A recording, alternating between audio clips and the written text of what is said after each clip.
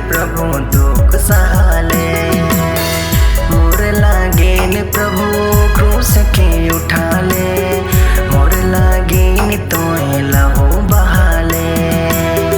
मोर लागेन प्रभु क्रूस के उठाले, मोर लागेन तोय लहू बहाले।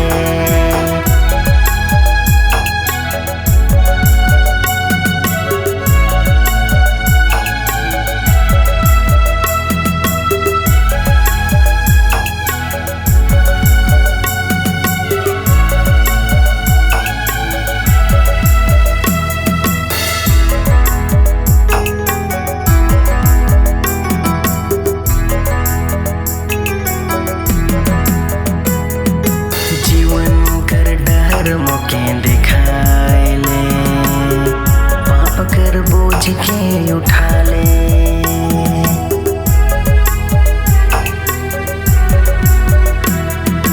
जीवन कर डर मोके दिखाइले, पाप कर बोझ के उठाले। जीवन दान दिले प्रभु तोय मोके,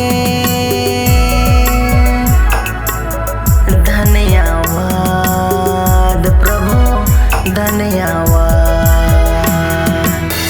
मोर लागेन प्रभु क्रूस के उठाले, मोर लागेन तोय लहू बहाले।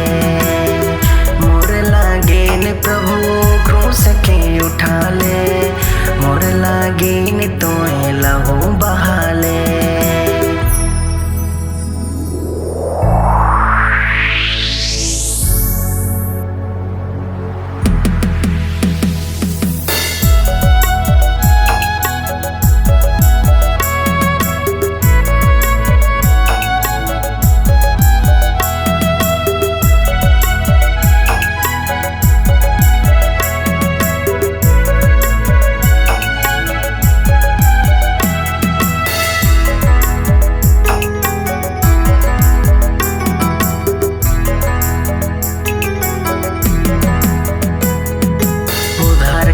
क्षमा मोके कराले, क्रूस में लहू बहाई के।